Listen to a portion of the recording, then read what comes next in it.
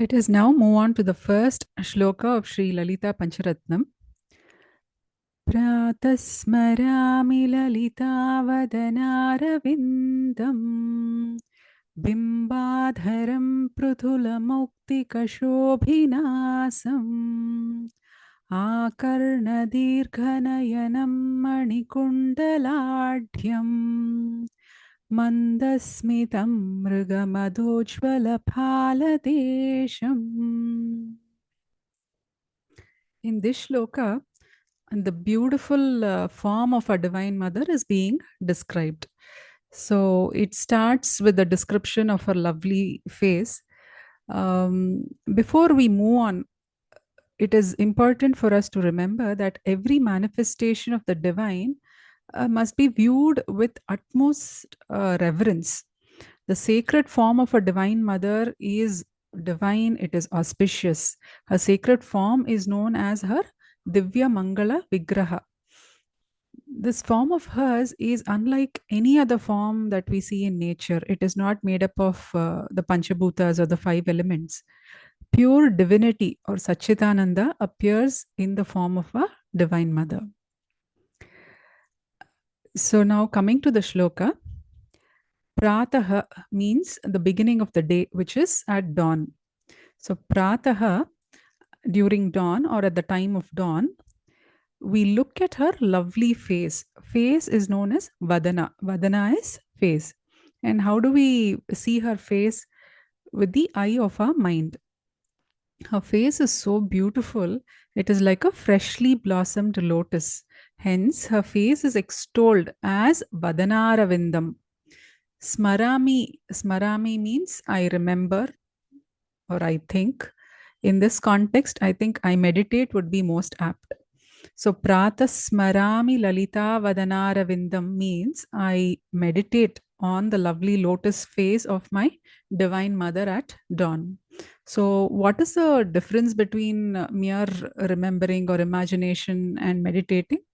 The mind has the ability to draw a picture of anything that it thinks on its canvas. So when we think of a certain object, let's say a fruit, immediately the mind is able to draw a picture of the fruit on its canvas.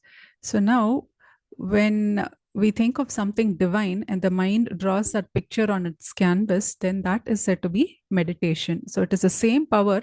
When it is used for a divine purpose, it is called meditation. So when we think of our Divine Mother with love, with bhakti, then that amounts to meditation. So here we think of her beautiful face with bhakti, with love. So that is meditation. So essentially what is happening here is meditation. Smarāmi lalitā-vadanāravindaṃ.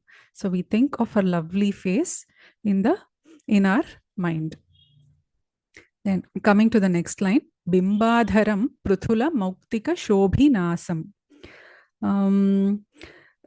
Bimba refers to the ivy gourd. So now in this line, our attention is drawn to her lovely lips. Lips are adhara. And how are her lips? They are as red as the ripe bimba fruit. So bimba, in Telugu it is known as dondapandu. In Kannada, donde hannu. And in Tamil it is kovai param.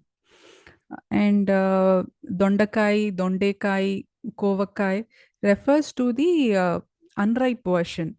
Whereas here the ripe version is being mentioned. So the insides of that ripened ivy gourd is red in color. And this is the color of the sacred lips of our Divine Mother. In Lalita Sahasranama also, there is a sacred name that describes the redness of the lips of our Divine Mother.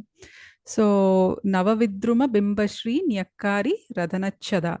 So, it is interesting to see that the same term, Bimba, is used in both these stotras. Now, our attention is drawn to the large gleaming pearl that is hanging from her lovely nose ring. So, there are three nose ornaments which adorn the lovely nose of our Divine Mother. So, there is a glittering diamond nose stud on the left, a coral nose stud on the right. And then at the center, there is this beautiful nose ring with a dangling radiant pearl. So the brilliance of all her nose ornaments, they are said to exceed the luminosity of all stars. This aspect is indicated in the sacred name Tara Kanti Tiraskari Nasabharana Bhasura in Lalita Sahasranama Stotra. So the great Moka Kavi, he compares the smile of a divine mother to a small child, and this small child is extremely happy to play with a sparkling toy, which is the radiant pearl that is hanging from her nose ring. So pṛthula means large, mauktika means pearl, śobhi-nāsaṃ. Nasa is nose. Śobhi-nāsaṃ means her lovely nose is adorned with these beautiful nose ornaments. Here, the center nose ring with the big pearl is highlighted. And next, our attention is drawn to her big, lovely eyes, which extend all the way to her ears. Karna means ear. Ākarṇa means extending to the ears. Nayana means eye. Dīrgha-nayana means big eyes. She has such big, beautiful eyes because she has to take care of her entire creation every single moment. Here, her Visalakshi Tattva is being mentioned. Then, the ornaments which adorn her ears are mentioned. Kundala. Kundala refers to ear ornaments. Mani refers to the precious gems, and the term adhya refers to richness. So, two extremely precious ear ornaments studded with the best possible gems adorn her lovely ears. The equivalent sacred name in Lalita Sahasranama is Tatanka Yugali Bhuta Tapanodupa Mandala. Meditating on the lovely ear ornaments of our Divine Mother bestows a woman with all auspiciousness and grants longevity to her spouse. Next, we are our attention is now drawn to the beautiful smile of our Divine Mother, manda-smitaṃ. Manda-smitaṃ refers to her beautiful smile. Her smile is her most beautiful ornament. Smita is smile. Manda-smitaṃ refers to the tenderness and compassion in her smile. Hers is not a smile of mockery. It is truly a smile that exudes compassion, that tells her devotee, that reassures her devotee, do not worry, am I not there for you? That tender smile of hers instills hope, reassures us, and gives us confidence even when we are navigating the roughest patches of our lives. That is the power of her smile. And that ethereal smile of hers prompted Moka Kavi to compose 100 shlokas on her lovely smile, and that compilation is known as Manda-smita Shatakam. The sacred name Manda-smita Prabhapura Majjat Kamesha Manasa, it describes a beautiful smile. So this sacred name is in Lalita Sahasranam. So there again we see the word Manda-smita. So Manda-smita Prabhapura Majjat Kamesha Manasa. Here also we see the same term Manda-smitam. And now finally our attention is now drawn to the beautiful Kasturi Tilaka that adorns her forehead. Kasturi Tilaka, Kasturi, the substance Kasturi is secreted by the musk deer. So mṛga-mada is Kasturi. So it is that fragrant substance Kasturi. And Ujjvala means shining. This tilaka, it shines on the forehead or pāla-deśaṃ of our Divine Mother.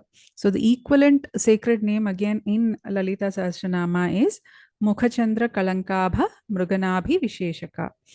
So visualizing this beautiful face of our Divine Mother within our mind, let us once again chant this beautiful shloka. Pṛtaḥ smarāmi lalitā-vadanāravindaṃ bimbādharaṃ pṛthula-mauktika-śobhi-nāsaṃ ākarṇa-dīrgha-nayanaṃ maṇi-kuṇḍalāḍyaṃ manda-smitaṃ mṛga-madojjvala-phāla-deśaṃ.